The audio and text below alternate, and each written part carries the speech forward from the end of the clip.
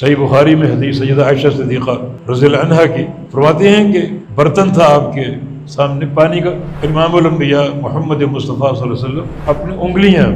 اس پانی میں ڈبوتے اور اپنے ہونٹوں پر پھیرتے، اور بعض حدیث میں آپ پر ایک چادر تھی، وہ چادر اپنے چہرے پر اوڑھ لیتے اور جب دم گھٹتا تو چادر کو ہٹا دیتے، بار بار پانی اپنے ہونٹوں پر لگا رہے ہیں۔ اس موقع پر بعض الفاظ آپ نے کہے، لا الہ الا اللہ ان للموت لسکرات، اور ایک حدیث میں آپ کی دعا، اللہم اعنی علی سکرات الموت، یا اللہ میرے اندر ہمت پیدا کر موت کی سختیاں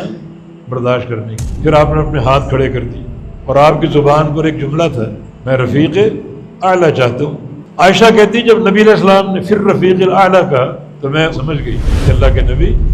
دنیا کو چھوڑنے کا فیصلہ فرما چکے، کہ میں رفیق اعلیٰ چاہتا ہوں،